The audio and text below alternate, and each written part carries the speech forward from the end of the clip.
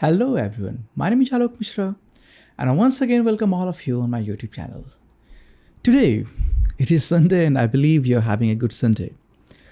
And I thought of doing something for those who have just begun studying English literature and eventually they will begin reading poems or English poetry very shortly. So in this video, my purpose is telling you the beginners about those basic, frequent and common literary terms that you will hear from your professors or you will read while reading history of English literature or reading some notes by scholars and literary critics. So if you know those literary terms, then studying poetry becomes very easy.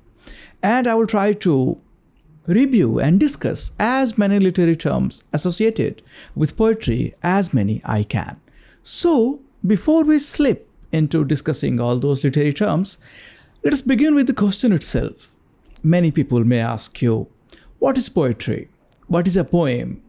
And what is the difference between poetry and a poem? So, what is poetry? What is a poem? And what are the differences between these two terms? So you will mostly hear your professors discuss like the poetry of Wordsworth, the poetry of Shakespeare, the poetry of Tennyson, Arnold, Eliot, etc.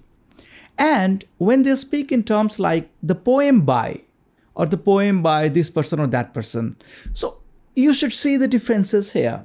A poem is nothing but a literary composition in meter, verse, and often with a lyrical style or a scheme. On the other hand, poetry may be the genre of literature, poetry may be the collection of poems, or poetry of the poet A, B, C may be his or her overall idea of literary production or overall collection of poems or the art of writing poems. So this is the basic difference that you must consider before you start studying poetry. And then there may be other frequent terms or questions like what is rhyme scheme?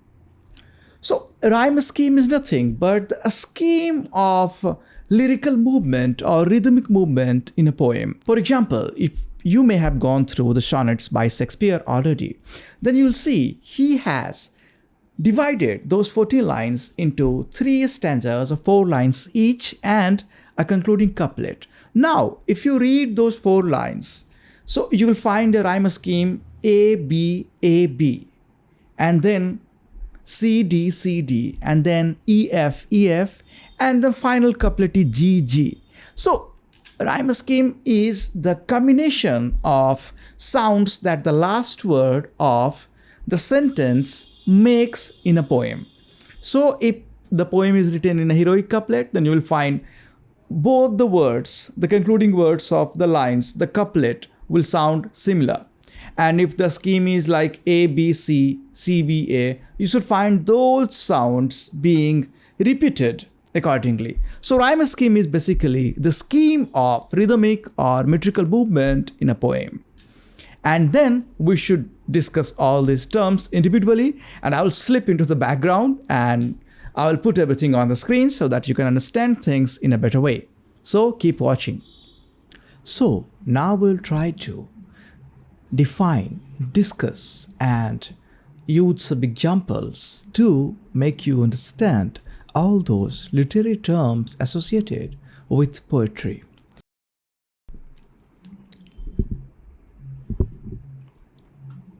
Let's begin with sonnet. In short, a sonnet is a poem having 14 lines. Petrarchan sonnets have 2 stanzas, an 8-line octave and a 6-line sestet. Shakespearean sonnets have these 3 stanzas of 4 lines each and a concluding couplet, following the rhyme scheme A, B, A, B, C, D, C, D, E, F, E, F, G, G. Many poets have experimented with the form of sonnets as well. For instance, Miltonic sonnets do not have breaks between the octave and the sestet parts. Edmund Spenser, the Elizabethan court poet, used the same form as Shakespeare, but with an interlocked rhyme scheme A, B, A, B, B, C, B, C, C, D, C, D, E, E. So this was sonnet. Now we move to rhyme scheme. Rhyme scheme of any poem is the arrangement of lines according to the last sound of the last word in the lines of the poem. You can easily find out the rhyme scheme of any poem by reading the poem once. For example, Alexander Pope used to write his poems in heroic couplet.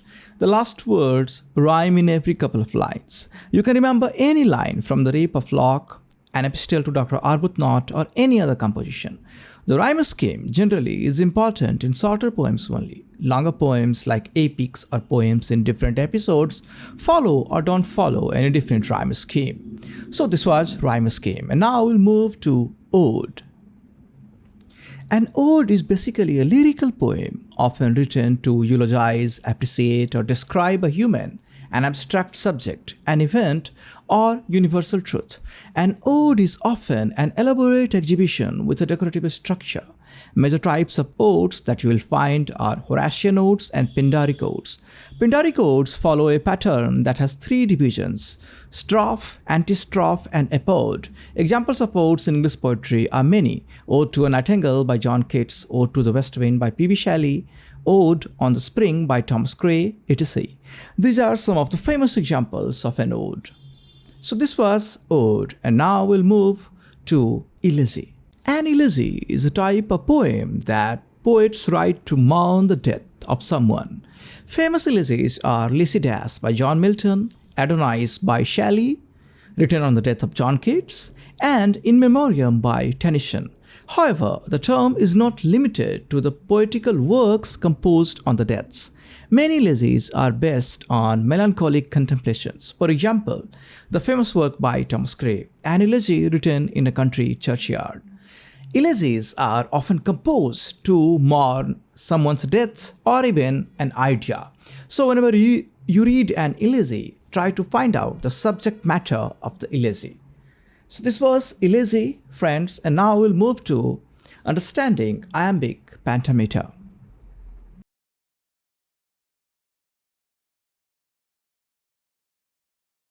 Iambic pentameter. This is a term that newer students of English literature may hear more than often. Iambic pentameter is a rhythmic pattern in which a line in a poem is written in such a way that one stressed syllable follows an unstressed one.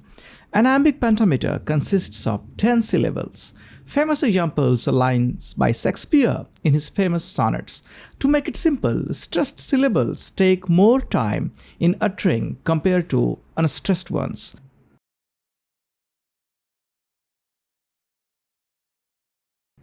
Pastoral poem. A poem having a rural landscape, rustic characters, countryside sceneries, and other details that are not urban may be called a pastoral poem. Famous examples of pastoral poems are Lycidas by John Milton, An Elegy Written in a Country Churchyard by Thomas Gray, Pious Plowman by Gower. And you may find other pastoral poems as you go on reading poetry. Satire. Though satire is a broad term, if you see it being used with a poem, a satirical poem means the poet targets an individual, a group, an idea, a folly, any shortcoming or corruption, the government, or anything he or she wishes to target. Famous satirical poems were written in the age of John Dryden and Alexander Pope, known as the neoclassical age. Mac Flecknoe, Absalom and Achitophel, The Medal, The Rape of the Lock, etc. are examples of satires in poetry.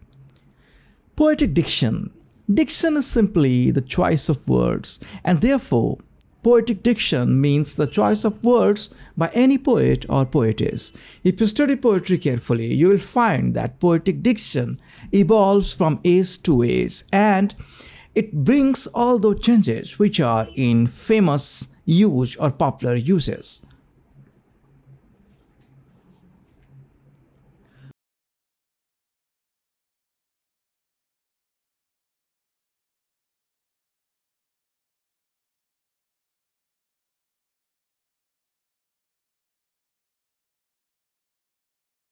Figures of speech. Figures of speech are the linguistic embellishments that a poet uses to make poetry vivid, beautiful, intense, and interesting.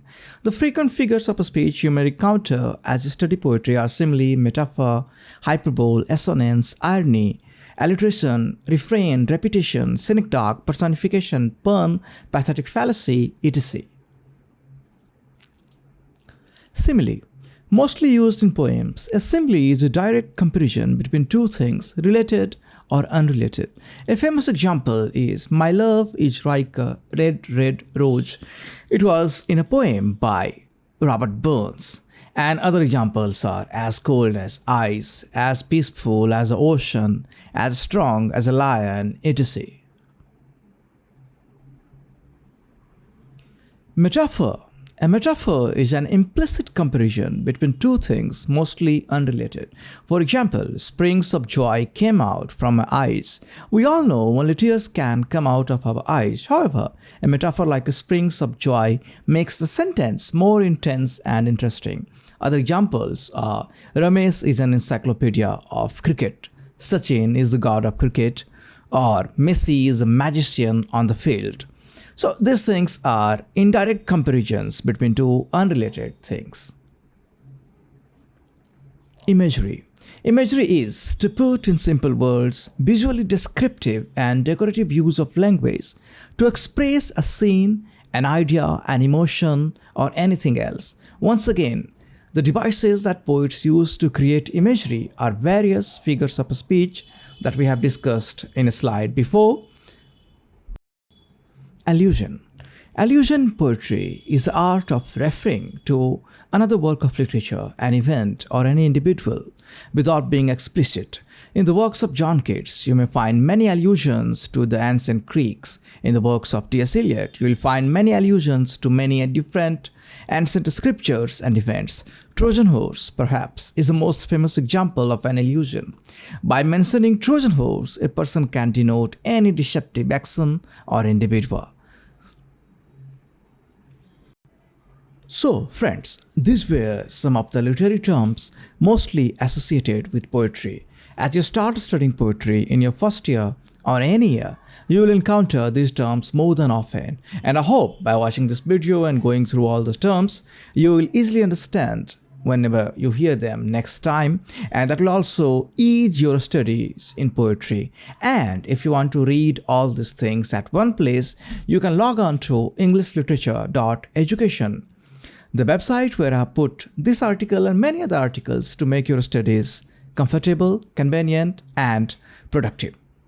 So, this was it for the day, guys, and I hope you have enjoyed as well as learned something from this video. And now, as you start studying poetry, everything becomes convenient and comfortable for you.